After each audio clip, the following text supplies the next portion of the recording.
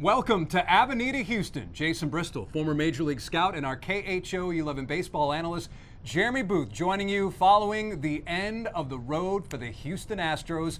5-2 is the final over at Minute Maid. Jeremy, is this one of those situations where Jeremy Booth gets to say, I told you so, and I told you so back in April? Or is there a lot more that went on in this series? There are a number of different factors to account for when you're talking about the end of the Astros season.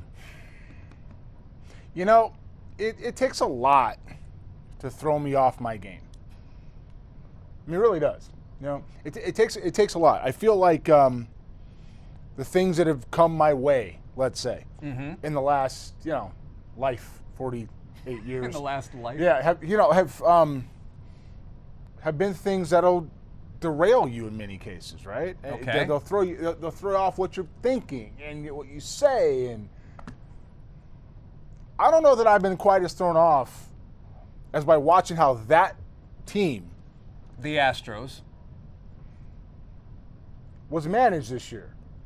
I don't know if it's Joe Espada. I don't know if it's Dana. I'm pretty certain it's not Dana. But I don't know who in their right mind, in an age of numbers that are supposed to increase your win probability. Don't we have stats at the end of games, where the win probability percentage? Whoa. Not even at the end of games. ESPN on the broadcast, they were giving it in real time. It was above the scoreboard. So you're telling me that win probability is a thing, and that's how we're governing analytics, right? Like, what it would be is as far as the as your analysis, we'll keep it simple, as your analysis of how best to win baseball games. So you have a championship club who, by every metric, and I not one, not two, take my eye test, and as we said last night, everybody in baseball who looks at it and says, these Alvarez and Tucker shouldn't hit second, and let's just toss that out. Let's pretend that doesn't exist. Over 162 games, you went 40 and 42 between Tucker and Alvarez hitting second, and 42 and 24. 42 and 24 with Alex Bregman batting in the number second 2 spot. hole. And you decided not to do it in the postseason. And then, to make it worse, what's that whole insult to injury? Mm-hmm. When you look at how many runs you scored, well, it's 5.27. You're talking about over the season. Yeah, 5.27 a game with Alex Bregman in the 2 spot. Alex Bregman in the number 2 spot, there were a lot more runs scored per game on average than what Yordan Alvarez and Kyle Tucker were doing in the number 2 hole. That's a verifiable fact on paper. That's I looked objective. It up. Those are my numbers. I actually gave them to Jeremy. Thanks for the credit. Jason is the guy that provides me the numbers. I'm the guy that looks with my eyes and the game feel, and we kind of merge that together. You know what that's called? That's called taking feel with stats and putting it together. And I don't have an Ivy League degree. Imagine that one. So, as we roll back into what we're talking about with this scenario, everybody in the city can see that. Now look, well, everybody can see it now. There were some arguments early on that were pretty unfounded. Matter of fact, there's a couple of people in this city that said it was, I'm going to do it. But I need to tell people. Can I get it out first? Okay. Then you can explain it. Because I'm trying to talk around it, but if you want to go ahead and say it, No, I'm just saying, Jeremy, from day one of the season, said that Yordan Alvarez should not be batting second. At the time, you said Jeremy Pena. After all, they did win a World Series. That's right. With Jeremy Pena batting second. We had no problem with Alex Bregman batting second when they moved Alex Bregman to the 2 hole when Kyle Tucker got hurt. And then they rolled off and reeled off one of the best stretches of the season that put them in the postseason. There's people that have said that, in the Astros list of problems, this was problem 201. Well, at the time when Jason and I heard that comment, we said it's either 1 or 2. It's not 201, it's 1 or 2. Well, that problem, that personnel of lineup construction, that personnel utilization, that cost you the postseason.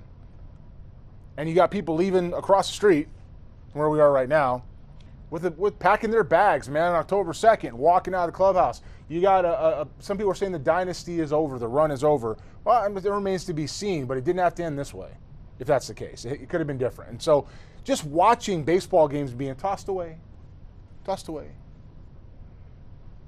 it's a problem for me. Like, it doesn't sit well. It doesn't sit well. And I watch this and I think about the fans that want to win so badly, and the players that want to win so badly, who look so uncomfortable in the way they were being utilized, and the end result is today. It's not fun. We've had other conversations in different years, and we're blessed to have had a chance to do that so far. Other conversations in different years where we talked about, they didn't execute, or the energy wasn't there. Maybe they're a little fatigued or banged up. Those are reasons that you can break down and analyze and turn the page on. It's really hard to walk away and have anything else to say when, besides the fact that you didn't use your personnel right and the entire planet knew it but you. That's a tough one. Especially when they're supposed to be smart. That's their job. Analyze. Before you say anything, we are on all the different KHOU 11 social media pages. I'm currently looking at Facebook. Some of the comments coming in. Manager is just weak, no discipline. I don't know if it's that. Bring back Dusty or AJ Hinch. Another one says Astros didn't want it bad enough. I would argue that that's definitely not the case. Did you see Jeremy Pena's hustle on the play that he scored from third base on a very short fly ball? I give the Astros, I give Gary Pettis a lot of credit. You all have already tied the game in that 7th inning. You've got nothing to lose. You've already come back. So you know what? Force the Tigers' hand. Be aggressive. I mean, I don't have any issue with the way the coaching staff and the players dealt with what they had in front of them. I don't have any issue with that. Yeah. My issue is why they were in that position in the first place. And so if I go down and I keep thinking about these plays, and I think about Hader, and some people have talked about that pitch was a strike. I was behind home plate. It wasn't a strike. It was outside. This is in the eighth inning two tonight. Pitches before Andy Ibanez. But why is he throwing last night or yesterday? Right? So that goes with the roster utilization. The personal, again. I mean, how we're using our personnel. You're down, and you bring them in. The only explanation I could think of is that the Astros thought they could get to the Tigers bullpen, and we've got to hold them here, and then we'll roll the dice and score some runs and pull even. However, if you pull even, then what? When you want, you have let's break down the Astros' 4 best hitters. Okay, just real quick, 4 best hitters, because we'll talk about in the vein of lineup construction. It's fair for everybody who's watching to want to understand. Yes, I was going to say, explain lineup construction. Okay, so Jose Altuve, 4 best hitters for me, my opinion. Jose Altuve, no argument. Alex Bregman, no argument. Jordan Alvarez, no argument. Kyle Tucker, no argument. And Jeremy Pena would be 5 for me. Well, what about Yainer Diaz? 5 and 6, him and Pena 5-6. See, I think Yainer is definitely above Pena. Okay, so 5-6. That's right. But I don't think we disagree on the first 4. Okay. All right. Jose Altuve, free swinger and take a lot of pitches, makes consistent contact everywhere, doesn't strike out a ton. Okay. Right. Extra base hits, home runs, stays on the field, hustle player. Yes. Okay. And you said doesn't take a lot of pitches. No, swings early. Swings early. Okay, so that's your leadoff hitter that we've decided as an organization, meaning if we're the Astros, they've decided as an organization that's their 1 hitter. No one has any issue here. Okay, that's their 1 hitter. All right, behind that, you need somebody who is not the same guy. Kyle Tucker is what's called an ambush hitter. I'm going into Kyle Tucker now. That means a breaking ball, it's likely a swing and miss unless he's looking for it. A changeup, it's likely a swing and miss unless he's looking for it. He can run. He has power to all fields. He's primarily a pull hitter. And he hunts velocity, which means he's looking for a fastball. Now, if I've got a guy who's a free swinger in the first spot, and I have a guy who's an ambush hitter in my 2 spot, I'm weakening my 2 hitter because I don't give him a chance to see anything because my first hitter is swinging at the first pitch. So early on in the game, I'm basically throwing away that at bat away because he doesn't have a chance to see what's going on. Stay with me on Kyle Tucker and that type of hitter. Traditionally, that hitter hits 5th. In this lineup, he should hit 4th, which run production, traffic on the bases, fastball type counts. Anybody got a problem with that? I know I don't. All right. Alex Bregman, consistent contact, plays a short game, uses the whole field, line drives the other way, repeats his swing, always hustles. Plate discipline. Plate discipline. Yes, the eye this year, the numbers weren't as good in past years. But around the league, Alex Bregman is known as having one of the best eyes at the plate in the entire American League. He's always been that way since he was 14 years old, and he controls the strike zone. And how would you know that, Jeremy? Because I saw him. And when it comes to the fact that he controls the strike zone and has gap-to-gap extra base power with line home run power and isn't afraid to take a walk, that's the guy you want hitting second. You know why? Because we already broke down Altuve. We talk about, and Pena would fit there too, just like I talked about before. But without Pena, it's Bregman. Now, if you've got a guy in Altuve who has extra base power, who free swings, who runs well, who steals bases, an extra base hit from Bregman or a line drive in the gap could be a run. Why are we so obsessed with that guy hitting the ball out of the ballpark, which Bregman can do that too? So why are we so obsessed with that, right? So there's your two-hitter, 1 and 2. His most home runs this season, when you look at from different spots in the batting order, I think he had 13 from the number 2 hole. All right, Yordan Alvarez, one of the best hitters in baseball. We said that before he got here. We said he could be David Ortiz or Ryan Howard when he was arriving. Now he's just Yordan Alvarez because he's become such a good big league hitter. Here's a guy whose legs have had some issues over time. Here's a guy who tries to stay on the field and play left field, something I vehemently disagree with, but that's a decision the organization has made. You don't hit him higher in the lineup to get him more play appearances. You maximize the ones he gets. So you hit him third, or if you felt like it, depending on the different lineup you had, you hit him fourth, but you don't hit him second. You also don't take somebody who is better with men on base, who is better in crunch situations, specifically against left-handed pitching, and take him out of that comfort zone to hit him second because you decide you feel like it. Well, no. It's exactly what he said. He said, I like this way. Because they believe they want to get that guy, the number 2 hitter, is going to get more at bats. But it doesn't work with this. I know. This I'm just saying that's their response. Right. So he likes it that way. So you feel like it. You feel like getting this guy to the plate more often with less damage to be done for a solo home run. On the off chance that guy's going to come back around in the 9th, which I get happens more often because he's hitting second instead of third. It's going to happen more often, right? Comes back around the 9th inning or the 8th with an opportunity to do some damage in that situation, right?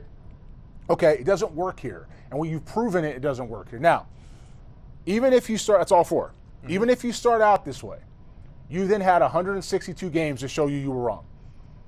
Forget me. Forget the guy that says you're not doing it right. Forget the rest of baseball, and I'm not kidding when I say this. The rest of baseball who's going, what are you doing? Okay? Forget that. You do you, Ubu, as they would say. You do you, what you decide you want to do. But at the end of the day, you got to live with the results. And if you have 162 games, something in the mathematical world and the analytical world is called sample size, and you have one way of 66 games that works exceptionally well in all metrics, Bregman's production, Alvarez's production, Tucker wasn't even playing, he was hurt. And you've got the wins are up and the runs are up and the flow is up. And they were 42 and 24 with Alex Bregman batting in the number 2 hole. And for most of that time, Kyle Tucker was not in the lineup. And now you have the other way, which is below 500, which limits your run scoring ability by every possible metric, because the guy you want to get more plate appearances with is supposed to score you more runs, but you're scoring less. Help me understand that. If you do it for a week, okay. You did it for 2? Okay, but we tried that, right? Didn't we try that? We went like 12 and 100?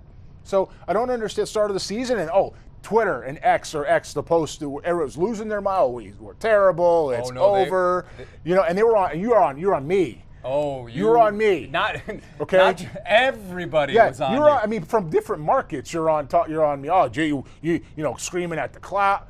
Look, I moved beyond all that. I was more focused on bitter, angry, ex-scout. More focused on problem 201. To me, that was about as arrogant a comment as you can hear, or tone deaf of a comment when you're watching the game of baseball to say it's problem 201, because that problem just sent you home. And I continue to say that all offseason. But what I'm going to say now is, the city of Houston had a championship club.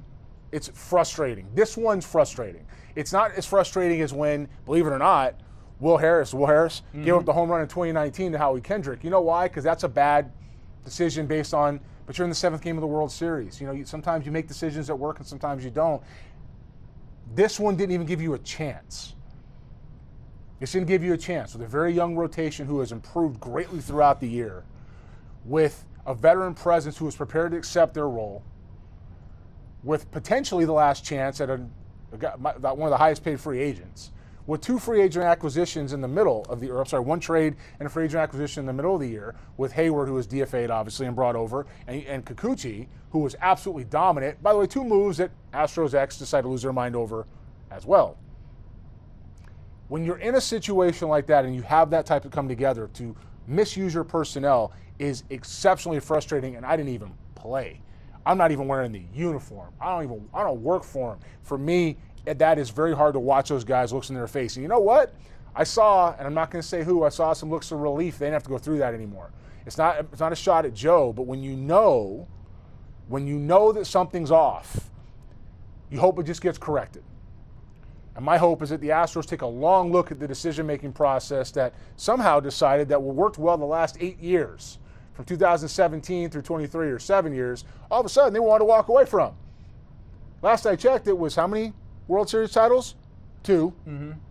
How many Division Series championships? At least 5. To get to the American League Championship Series, you have to win those. So that's 5. That's 7. They've gone to 7 straight ALCSs. And they went to 5 World Series or 4? 4. 50% record in the World Series. By the way, the 2 you lost, should have won those 2. But at least you're in the dance, right? And now you're not. So for me, it's very frustrating. It's tough to swallow in many ways, and that's where I'm at. All right, let me get to some of these comments. We're here on Facebook. Love these comments coming in. Please leave your comments. Kendall saying, agree on poor management of our best players, but also take into account these very inconsistent relief pitchers. Starters have been mostly doing a great job, and the relievers come in and essentially cost us the game. This is a very interesting thing, because when Josh Hader is brought on, the thinking is we now have a 3-headed monster in that bullpen with Abreu, Presley. That's a good one. With Abreu, Presley, and Hader. And I don't know what happened, man. But it did not go well. And yes, Jeremy, for those who have been watching us for years, know Jeremy has a saying. In fact, I've wanted to put it on a t-shirt. The saying is, relievers are volatile. That's why they're relievers, because if they weren't volatile, they'd be starters. Yeah, But things went really wrong. I mean, Josh Hader had 16 decisions. I believe he was 8-8. 16 decisions for your closer. That's not ideal. So one of these analysts in there decided he was going to tell you, I don't know who. I got to guess. But one of these analysts in there decided to say this is the probability and percentages and ignored the actual results that were coming. Let me talk to you about process for a second, something that I've learned in my own life in every possible realm, whether it was baseball, whether it's been business. Jeremy is the CEO of New Balance Future Stars Series, the grassroots developing organization of baseball players. So that's why I'm just giving for those who may not know. Yeah, apparently some people like the name. Often emulated, never duplicated. I'm sorry, you gave me a moment. I had to move on. Anyway, what I'm saying is this: if your process doesn't yield results, you need a new process. Okay, if the results are wins and that's your result measurement for any team in sports, and you're not getting it, you need a new process. And in this scenario, your process throughout the year, in the back end of the bullpen, that's far too many decisions for a guy that's coming out of the bullpen. That's far too many. When you're talking about the issues with the starting rotation and how we're rehabbing players, I don't know what those are, but the Astros have to look internal to find out where they make it better. When you're talking about Lance McCullers, let's be honest. Everybody here, myself included, was talked around the stadium today about when Lance McCullers comes back, right? If you believe that Lance McCullers should throw 120 innings a year, again, which is, by the way, fifth starter numbers, okay, then you probably need to go do something else. He should go in the back of the bullpen. He should throw what he does well, which is in short bursts. He should take his recovery time and go back out there. Lance McCullers is very comparable to a guy that we've talked, and for years we've talked about this, named Rich Harden, who pitched with the A's and the Astros and several other teams. Always broke, always got hurt, but when he was on the mound, boy, it was pretty good. It's pretty good, and that's who you're talking about when it comes to Lance McCullers. This organization has options, but if you continue to go ahead and run relievers out that often, or stay on a certain page of how you're building that in the minor leagues, or how the pitching development at times is the best that you've ever seen in some cases, and at other times it's like, man, what are we looking at? So you have to get out there and get more consistent. You have to get out there and have a plan for who's a starter. Starters are inherently more valuable than relievers. Relievers are failed starters. Nothing against that, man. It's something fun watching guys coming out of the bullpen just blowing 100, right? That's fun. But you have to be able to execute. You have to be able to command your fastball, spin the breaking ball, run things in and out of the strike zone, change eye levels. That's called starting pitching and going deep into games when hitters get uncomfortable. Relievers don't make a lot of guys uncomfortable if it's all velocity. And that's the secret nobody tells you. It's why starters are more valuable. They do all those things, and they eat up innings. And so if you have good starters, which this group had, good starting pitching, and the relievers taking the ball that much, that's a personnel problem. If you have guys that are producing runs, and you have wins that are adding up, 66% with Bregman in the 2 spot, and you ignore that, that's a you problem. And so for me, it's fired up. I'm fired up to watch that. Because you don't get runs like this. You don't get the group that started with Ed Wade and Bobby Heck. I know nobody wants to hear that, but Matt, history's history. You started with Ed Wade and Bobby Heck, who drafted the Springers, who drafted the McCullers, who drafted the Keuchels, all the guys that were here who helped Correas to help them get here, and turned over to guys who, let's be honest, did some really cool stuff with it. They really did. Did some really cool, love them or hate them, really cool stuff with it. Well, the manager on that second group that did that really cool stuff is on the other side now today, managing a team who doesn't know where they are yet, who doesn't understand the moment, something we said beforehand, and now they're figuring it out because they realize they can play a little bit by just going to execute. I will remind me to tell people some of the comments we heard from the players as they were leaving, the Tigers players. Yep. Here's some more comments. June says, I so hope Alex Bregman wants to stay with the Astros, and this club will pay the money so he can stay here. What are some other comments? Jeremy? Alex Bregman in the clubhouse. Let's see. Let me see if there's any more. Okay, let's dive into Alex Bregman. Alex Bregman in the clubhouse said, I want to be an Astro, basically, right? I'm paraphrasing. Jose Altuve says, I can't imagine the Astros without Alex Bregman. So, right now on October 2nd, what do you think's going to happen? Or is it just... There's certainly unknown because you don't know how other organizations value someone. Well, what I do know is that the way the players are being evaluated is shifting a little bit. Because people are valuing, again, finally, why this ever went out of style, I don't know.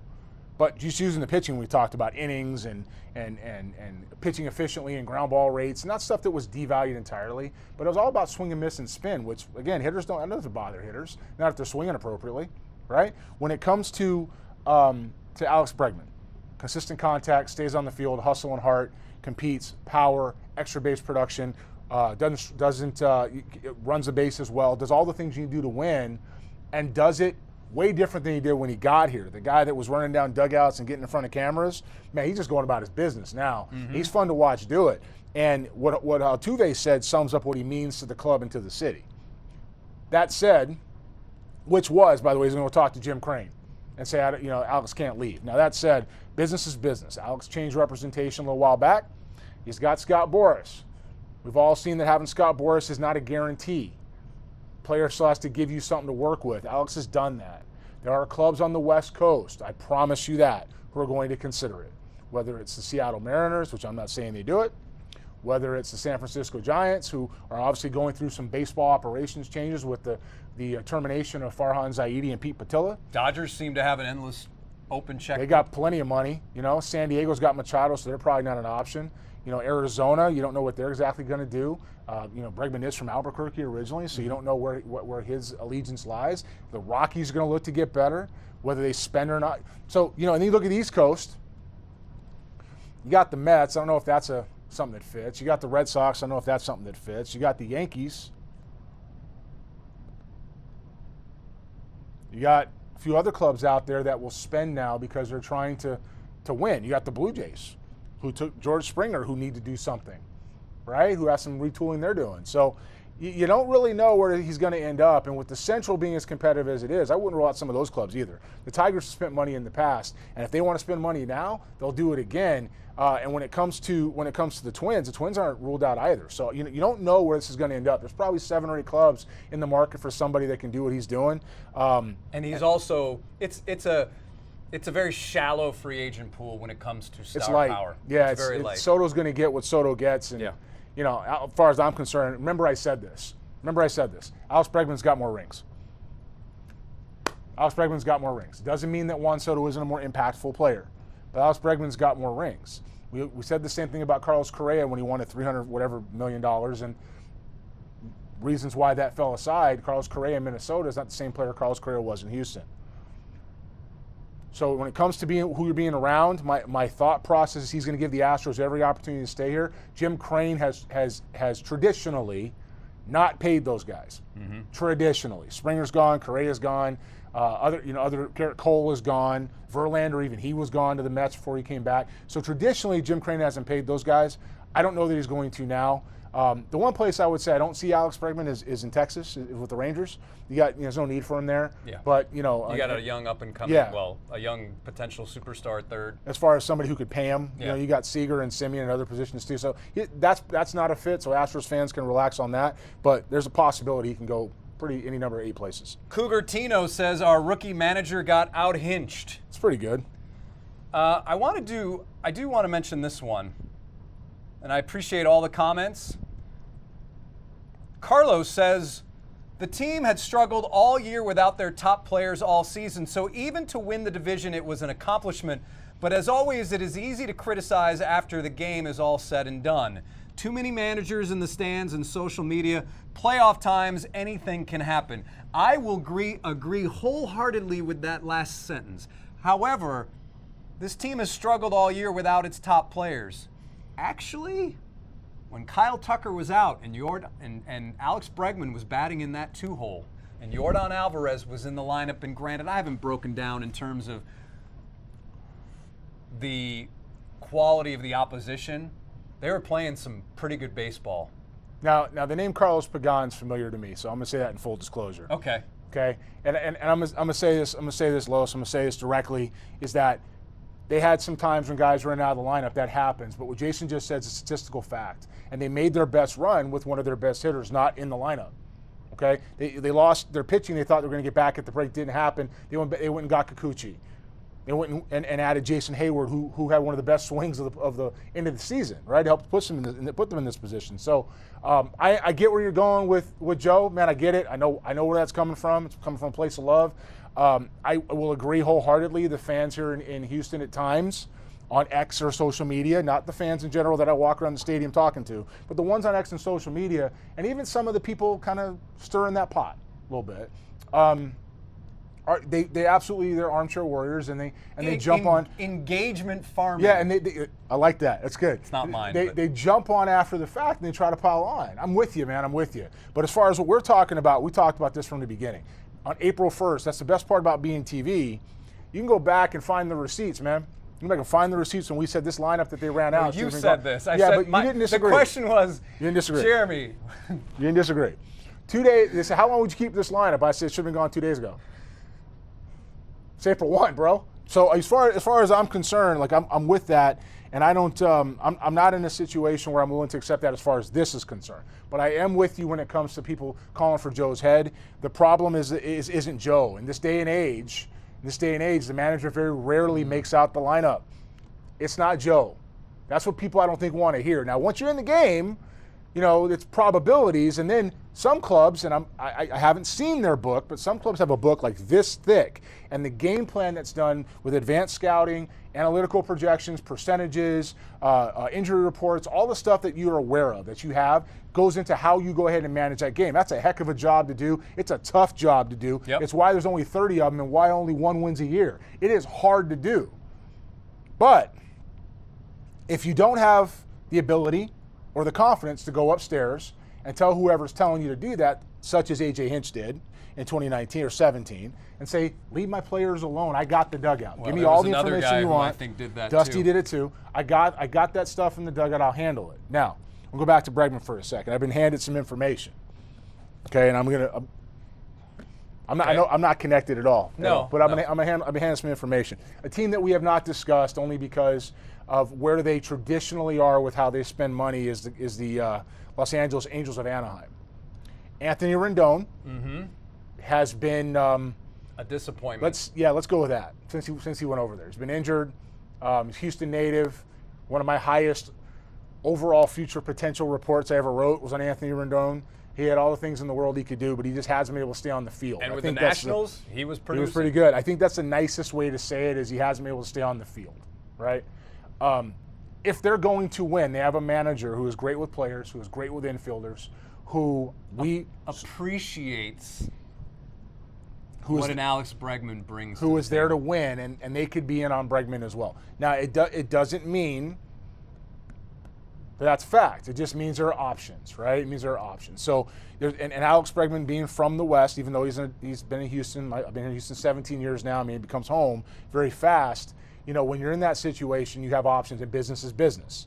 And so the Angels could be a player. I don't know how much of a player I think they're going to be, but they could be a player. One more comment here. Someone wants us to produce those T-shirts because they said they would buy one. Which one's that? Relievers are volatile? Yeah, right here. Let me know when you're coming out with that T-shirt. Definitely we'll buy one. We'll put them on a New Balance shirt.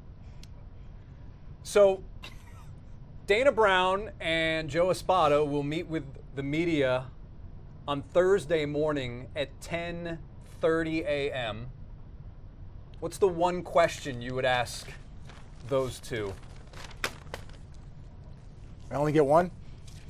Guys, I don't ask questions a lot because what's the one question you would like me to ask them? Yeah, because I will not be there tomorrow morning at 10:30. But I will tell you this. I don't usually ask questions. I said this last night. You know, I don't usually ask questions in the post game, in the pregame if we do it. I don't usually ask questions. What do you mean you don't usually? You've never asked questions. I did it once. It was in Minnesota. I did it once. Oh, yes. But when it comes to I know the answers they're going to give are ones that I got. I know them already. They're mostly a lot of smoke, frankly, right? And that's okay. It's okay. And when it comes to the clubhouse, that's their area. I firmly believe that, and I don't go in there. I've been in clubhouses before, grew up in clubhouses, and that's their area. So I don't go in. And again, I don't need to. The question I'd ask Joe Espada is very simple. And it's a two-part question. Well, I guess it's more of a statement and then a question. You were 42-24 with Alex Bregman hitting second, scored 5.27 runs a game. You were 40-44 through today with Tucker and Alvarez hitting second and scored less than 5 runs a game. What analytic would lead you to believe that Alex Bregman not hitting second gives you the best chance to win? That's the question I want answered. And I think he has to answer it. I don't want to hear what happened last night where I was with you and you started to ask the question. And again, if you guys didn't watch last night, we're standing there, Jason asked the question, and Joe cut him off. No, he did not. Okay, in my view, I don't think he did. I watched some. That's fine. I went back and watched it again, and I do not think that he cut me off. All right, I think he cut him off. Okay. And then he answers Jason's half question, and then Jason asked the rest of it, and then he just said, "Yeah, I just like it that way," and he gives us an answer that's opposite. Well, he said he wanted Yordan off. So the question was about why did you flip Yordan and Kyle Tucker? Yordan, the original lineup had Yordan batting second. Then they re-released the lineup and Kyle Tucker was batting second. And the answer that was given was I wanted to keep Yordan Alvarez, for lack of a better, I can't remember the exact words.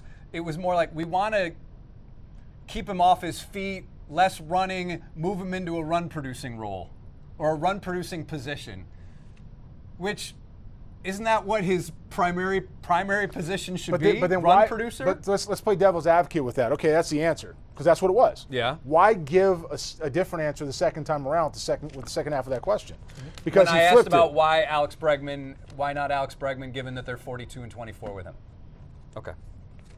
What he said, and then the answer was, well, I like Breggy driving in runs, and I want Alvarez ahead of him. But I thought we want to take stress off his legs. Look, if you ask any scout in the game, they'll tell you Alvarez's legs are an issue.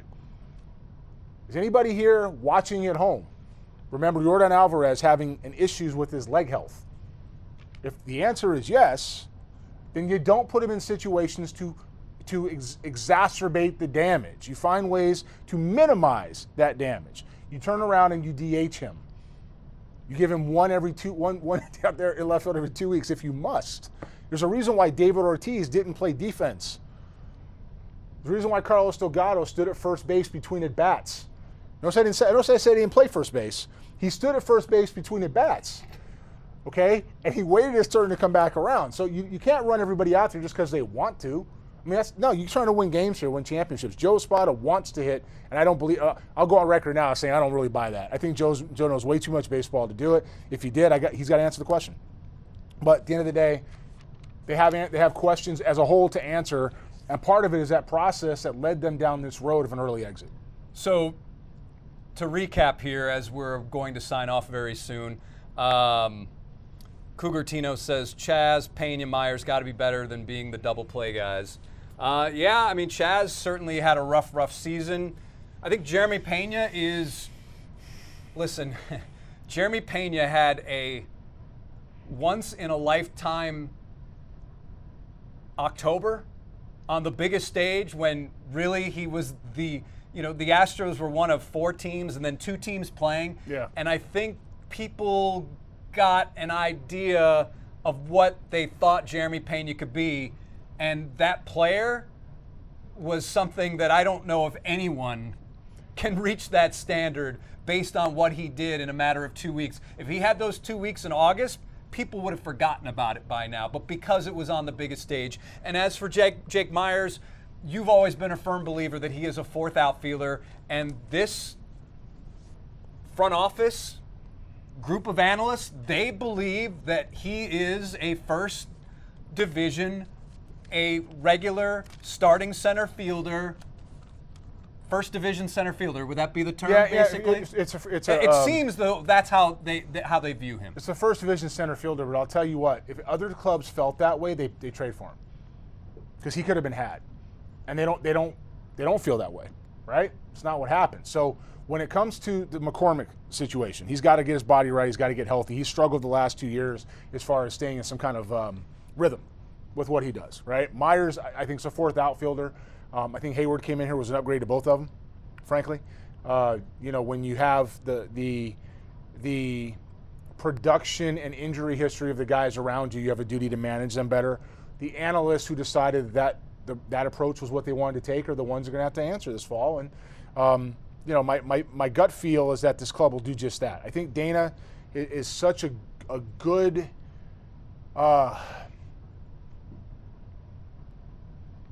he's a good receptacle of information. He receives it and he knows how to apply it.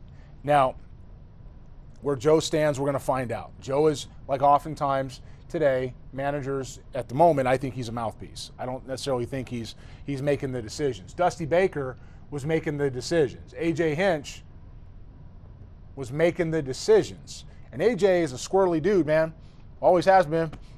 Always has been. He walked out today, big smile on his face. Hey, guys, see you later. What's up, A.J.? How's it going? He's one of those guys but he's a winner.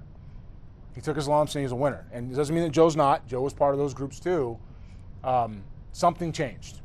Something changed with the same personnel as to how we use them when staying with what had worked before clearly was better, statistically was better. So I think tomorrow they got some questions to answer, Dana and Joe. I think they're going to get to it. I think the city of Houston can now turn its attention to the other teams that are here, the Texans right now, most likely. I know I'm going to go to a game or two when I'm in town, but I say this. The Astros were a better club than they got this year. It's inherently frustrating for me as a baseball guy. I know it's frustrating for Jason to watch what was going on because this is a series they could have won. They could have got out of here and gone to Cleveland and beat Cleveland. Mm-hmm. And then you got to go to likely the Yankees. You said the Orioles lost today, mm-hmm. right? So the Royals, it's now the Royals and the Yankees. I like their chances against the Royals. I like their chances against the Yankees. And I like their chances against the Guardians. But they ran into the team you didn't want to see if you were going to go in here Cadillac and as if you thought you had it won by playing the wrong probabilities just because you felt like it. And that's what happened. Jim weighing in says, Joe didn't cost us this series. No clutch hitting or much hitting at all. That would go back to Jeremy's idea that the roster construction, the lineup was all in the wrong order. You're making the point. He said, why not Zach DeCenzo? No, they had the right guys in the lineup. Yeah, Zach DeCenzo is a AAA guy. If you I'm don't, sorry, Jim. the amount of fans I saw walking out of the game tonight talking, we can't hit. Well, you can hit. Not in that order. Not in that order, guys. There's a lot more to hitting than just seeing a fastball and swinging a bat. And, it's as simple as I can make it. You guys have watched it for years. You're a fan base that understands how to win now, right, in theory, with what you've seen. The questions you ask around the ballpark are good ones. The conversations you have about why something happens are intelligent ones. It's not a situation where this is a town that accepts losing anymore. And so, if you say the lineup isn't producing, you're right. We just gave you why. That's why. Right? So you saw what you saw, but it has everything to do with the construction, whether that's Joe, whether that's Dana, whether that's an analyst, whoever's got the heaviest voice in the room, that voice needs to do this. This is what they are doing. This is what we need them to do. So to wrap up, your message is this to Jim Crane. We talk about self-scouting. We always hear that in the NFL circles that, we took the bye week or we took the end of the season to do some self-scouting. Yeah. They really need to take a long look at who's making the decisions when it comes to these lineups. Yeah, that's because very fair. In your mind, they have the pieces, but they were put in the wrong order, and someone needs to answer for that. Yeah, that's about it. I don't know. I mean, that's it. It's hard to pin down one reason. The reason for me is a global one, and it's player personnel in the wrong spot. Didn't use your pieces the way you had them. Season's over, and you know what? Some of these pieces are hard to find. Good luck finding another Alex Bregman. They're not out there. That's why he's going to get paid what he's going to get paid. It's tough. Now, look, you may plug in Dubon at third base next year, who bafflingly, is that a word, bafflingly? It is now. Baffled me? It is now. Bafflingly. Write that down. I'm having a lot of fun. I don't understand how Dubon didn't play every day from the beginning. I don't get it. It baffled me that he didn't play. Is that better? Yeah. He didn't play every day from day one. He's earned a spot to do it, but we get in a situation that. I don't know if he's an everyday guy. He is for me. Okay. I mean, somewhere on Compared the to field. what? Somewhere on the field he needs to be playing. So he's Gold Glove defense in a couple different positions, and offensively he's going to be, whatever he gives you, depending on how he's feeling. But you can put that guy in a spot, and he can give you a day at third, he can give you a day at second, a day at center, a day in left, and before you get the 5 days a week, you're an everyday guy for me. A lot of talk here about the bullpen. Is what it is. Yeah, again, you're talking about pieces that weren't used right as you get closer. But you can't pin it on one thing. It's a theme. It's a theme. And I'll say this again. A theme of right guys, wrong usage. Well, yesterday with Valdez, 3 runs, pitched enough to win. It wasn't what Scooble did. It was okay. Yeah. It's enough to win, but you bring Hader in behind. That's mismanagement. And if you have the guys in the right order, you might get to Scooble, who only threw 6. Mm-hmm. He threw 6, so you still have 7, 8, 9 coming out of there. I know those guys were. Ronel Blanco was really good. Yeah, I mean, I know you have guys that are throwing hard for the Tigers in 7, 8, 9 slots, but they haven't been on this stage before, and it can get hairy real quickly. And frankly, they were ready to give it up. I mean, the 9th inning and the 8th inning, we're calling.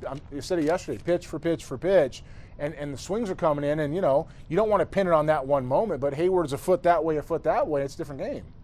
So you have to be in a situation where you have those opportunities consistently. The Astros just flat out didn't do it. They put too much on the one opportunity to come back around. There's a guy that did that years ago named Earl Weaver. That brand of baseball gone a long time ago. It worked back then. It's time to shift, and that's what happened.